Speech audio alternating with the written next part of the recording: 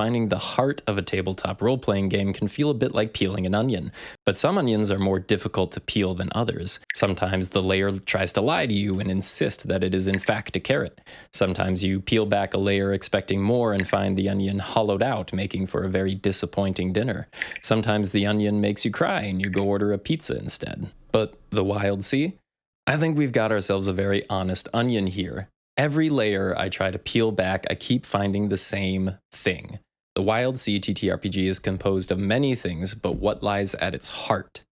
Unbridled creativity. Hello, I'm Salty Duchess, and today I've already answered the question, what is exciting about the Wildsea tabletop role-playing game?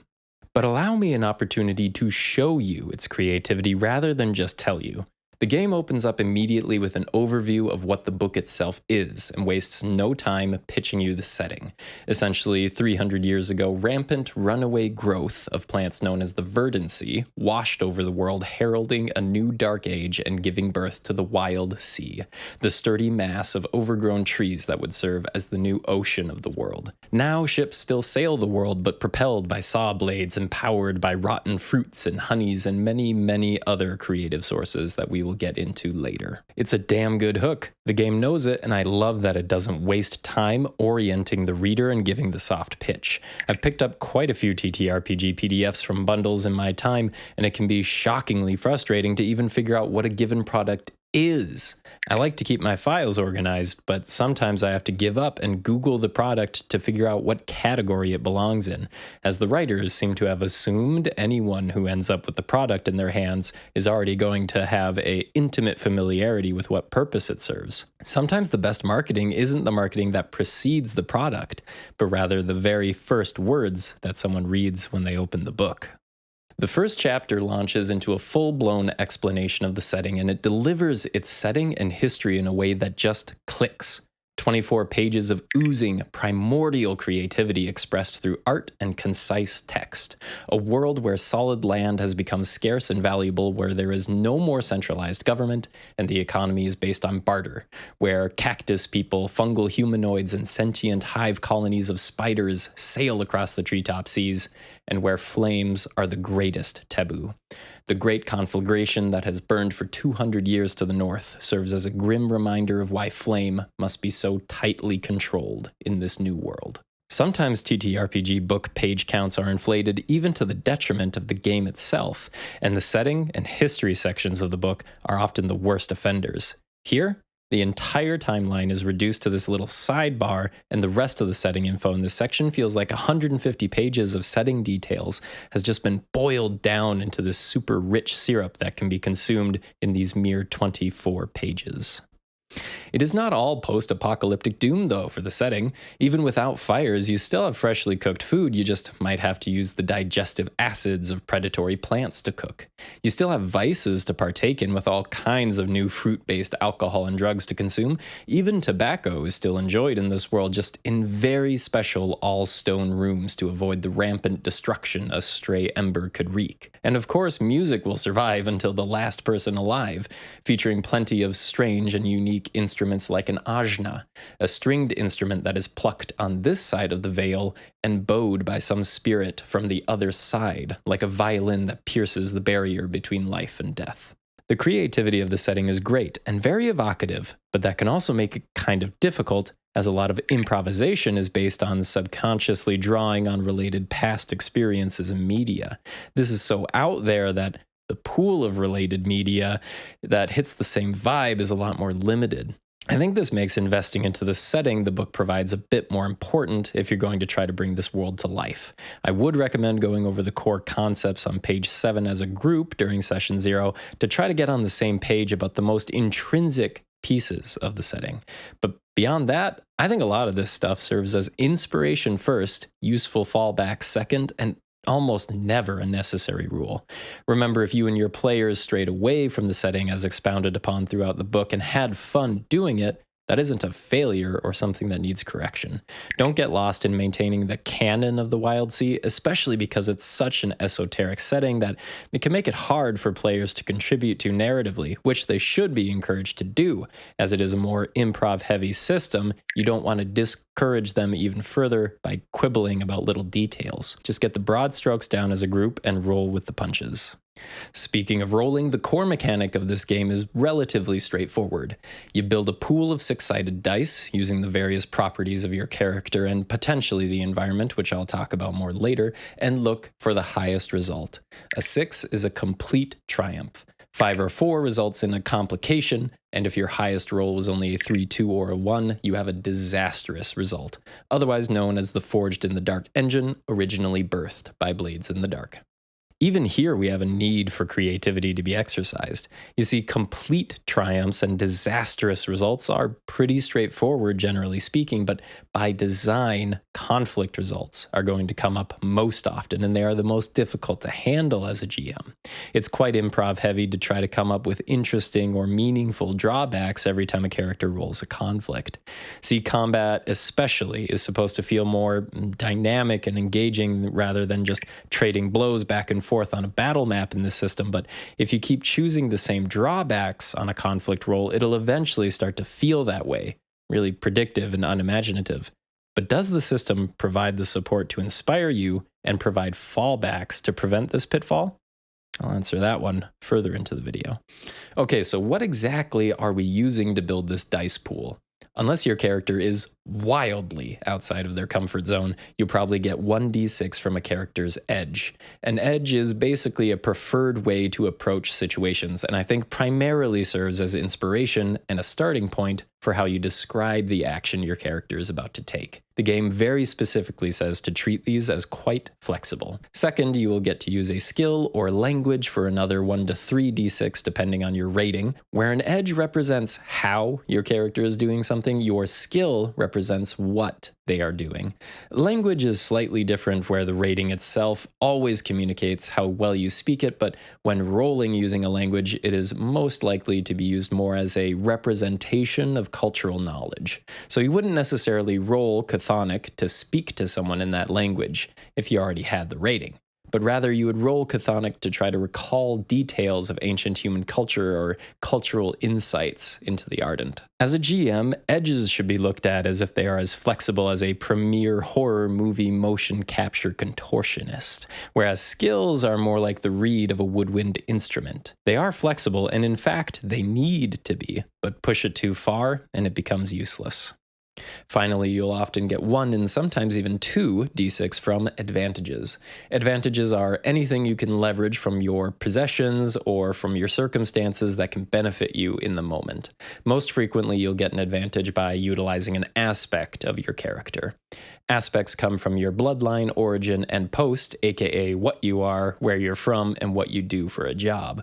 An aspect can be almost anything really, like the fungal tendril of the Gao bloodline that gives you an extra prehensile appendage, or the Leviathan furs of the Ridgeback origin that gives you courage in the face of overwhelming monstrosity, or the Sioux squirrel of the Char post that gives you a squirrel that gathers cooking ingredients for you.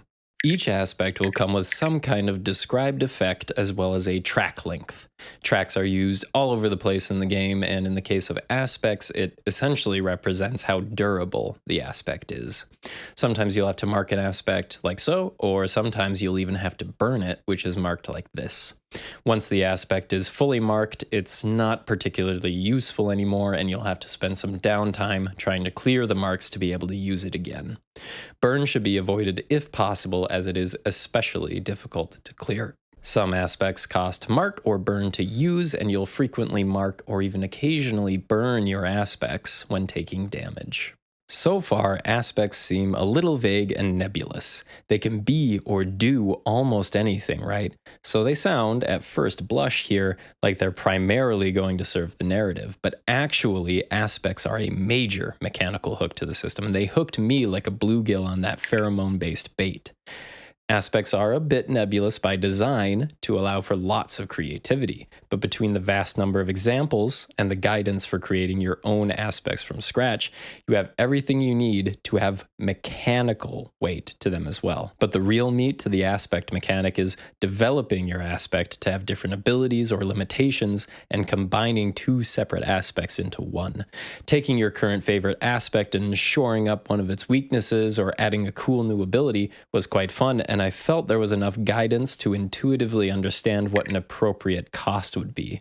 Then, taking your two favorite aspects and combining them into one awesome, sturdier, more versatile aspect felt extremely rewarding and cool to me, and it really made me want to keep playing more and more of this game, even though there are so many games I'm trying to make some time for. Let's peel back yet another layer of the onion that is this game. While we're on the topic of mechanical drives in this system, let's look at the ship. Because if character aspects are one half of the mechanical drive to this game, the ships are the other half. You're going to build the ship together with the other players. Some stuff is required, like the size, frame, hull, bite, and engine of the ship. All these required things affect the ship's ratings, such as its armor, speed, stealth, and others. The fittings or undercrew you could add to your ship have other narrative and mechanical effects on the game. Once again, the game absolutely oozes with creativity here, with hulls like the Beastback, which is, and I quote, a half-living hull of flesh and bone, flexible and unsettlingly warm, or bites like the Tentaculari, a living cluster of tendrils or tentacles attached to the ship's hull, carrying it through and across the waves in an unsettlingly alien motion, or an engine like the pulsing cocoon, an unknown insect shifting inside, glutting on dreams and spinning them into an ebb of arconautic force. Crews reporting intensely vivid dreams. All the various parts you could have on your ship are just as interesting as those examples. Not all of them are necessarily as creepy, but I kind of love the horror genre, so the unsettling stuff really sticks out to me. There's so much cool stuff, though, that you definitely won't be able to buy everything that you're interested in during ship creation. You have to go out there and collect cargo, valuable bundles of desirable goods to trade in at ports to get those ship upgrades post-creation. Much like upgrading a character's aspects, this ended up being an unexpectedly strong mechanical drive for me when playing, and it's fun that it affects all the player characters. The game does its best to try to reinforce the idea that you can bring some of your own creativity to the table. They do this by having alternative representations of characters and tools provided throughout the book. For example, many wild sailors have a spore scarf to keep airborne contaminants out of their lungs, but that could be represented by a rebreather with an air tank or a friendly creature who feeds on airborne contaminants. The go-to pitch for propelling your ship is always massive chainsaws along the bottom of your ship, because that provokes a really dope mental image, but you could also have tentacles, centipede-like legs, or sails propelling your ship as well. Or the aforementioned cactus person could easily be reimagined as a flower person or a colony of cacti that is sentient in aggregate. I love that the book does this. Yes, it's always true that at the end of the day, an RPG is what you and your friends want to make of it. But when someone says, go, be whatever you want, my brain often produces less interesting ideas. Without something to sort of latch onto as a start, the hamster wheels in my brain just sort of spin like the loading animation on a web page that might be broken. But by providing a core concept, along with one or two possible reinterpretations, it sparks creativity, and that simultaneously helps prevent ideas from spreading too far away from the core concept, which puts the game at risk of feeling like an entirely different game. So you've got your character, you've got your ship, and believe it or not, the main thing you're going to do in this game is sail around the Wildsea on that ship. In game terms, setting out from a port to sail around the Wildsea starts a journey. You have an origin, a destination in mind, you make progress towards your destination, and have encounters along the way. Sometimes encounters will be peaceful. The crew might have a montage, singing a tree shanty together, or observing some awesome natural feature. Sometimes they might be social, taking an opportunity to meet with another crew and share some of the news of what you've seen on the waves. The most engaging encounters, though, will involve some kind of hazard. Whether forces of nature, beasts, insects, plants, marauders, leviathans, or even illnesses, hazards are forces to be contended with. As expected, the creativity doesn't stop with hazards. Creepy scavengers called wretchbeaks with human-like hands and feet that simply follow and patiently wait for something to die. Gigantic night blue centipedes that can slip between the material and spectral world, or cannibalistic pirates that look like something corrupted by an outer god of chaos. Via quirks, hazards all have their own alternative presentations as well, which provides a great way to reuse a past hazard while mixing things up a little bit to keep things fresh and interesting. Like the all-devouring quirk of the wretchbeak, an all-black furred variant that consumes not just the flesh, but the soul as well. My main complaint with hazards is I wish we got even more art for them. I'm an absolute sucker for good monster art, and there's lots of great stuff in here already. It makes a ton of sense to not have art for each and every one of them, but I'm kind of greedy like that. Dealing with hazards is very loose and theater of the mind. The system is prioritizing the narrative over a tight series of procedures, even to the point where characters don't act in a set order. The game master is advised to keep track of who has had the spotlight and occasionally move the spotlight over to someone who is falling behind on participation. Otherwise, whoever makes the most sense acts next in the scene. Pretty much any time the players are making progress towards something that's going to take more than one role, such as journeys, hazards, or downtime projects, or anytime you have a countdown to an event, the progress is measured with tracks. You'll even recognize these from when I went through aspects earlier. When you reach this vertical line or break in a track, that indicates that the situation's dynamic has changed somehow. Maybe the behavior of a given hazard changes somehow, or another hazard interjects to complicate the situation. Breaks are mostly a reminder that if you don't shake a situation up a bit as the players are solving it, it tends to start feeling more like a health bar rather than a narrative measure of progress. Progress tracks are purposefully a bit vague so that any number of different approaches can all make reasonable progress on the track. Whether players try to cut their way through a hazard, outsmart it, or outrun it, all approaches are valid and fit easily into the progress track framework. It does require the players to work together a bit, though. The narrative kind of falls apart if half of the players start hacking their way through a hazard, but the other half try to bribe it with food to make it go away. When it comes to mutually exclusive solutions like that, players are going to have to pick a lane. Tracks work great for this system, though, I think. The game oozes creativity, encourages really out-there creative roleplay in a very strange and unfamiliar world. It just wouldn't make sense within the greater context of the system to have a stringent mechanic around problem solving, I feel like. All the different characters you could play, the ships you could build, the hazards you could encounter, the background lore of the world itself, it's really exciting. This book's creativity really pulled me in and captured my interest. Oh, one other random little bit of creativity. The GM screen wraps around the book itself. So neat, had to find somewhere to throw that in. I'll confess, though, reading it through the first time, by the end I felt a little bit overwhelmed by it all. I think part of my issue was reading through the reaches. Reaches are creative little pre-made areas of the Wildsea that typically break some of the conventions of the default setting, like the Ictarine, which acts more like an overgrown desert, or the Interregnum, an area with giant fir trees, religious fanatic cults, and an endless bitter winter. Even though reaches are super cool, I wouldn't read through them right away unless the default setting is kind of missing something for you and you want to replace the default with a reach. I posed the question earlier in the video, and I think it's time to conclude my first impressions of this system by addressing the question, does the system provide the support to inspire you and provide fallbacks to prevent the pitfall of becoming lost in how much creativity is being asked? Yes. It's in the alternative presentations of bloodlines, origins, and posts. It's in the core mechanics where if someone rolls 2 of the same result in their dice pool, everyone at the table, except for the person who rolled the doubles, participates together in coming up with a fun narrative twist. So it's not just the GM trying to do that alone. It's in the quirks that come with hazards, those alternative presentations to make encounters unique. It's in the thorough and useful Firefly's guide section that helps a GM understand how to bring a game of the Wildsea to life.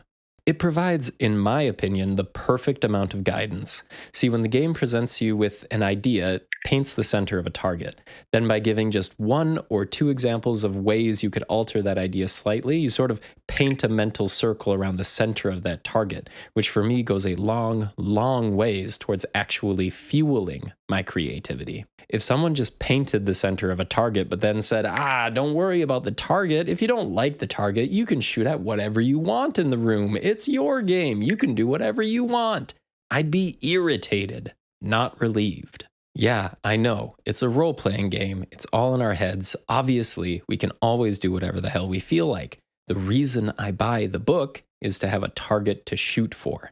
That's a really tough task to live up to as well for an imaginative setting like this, because there isn't an absolute dirge of related media to draw up for the group as well as the GM. In my humble opinion, this book paints that target masterfully. Thank you very much for your time.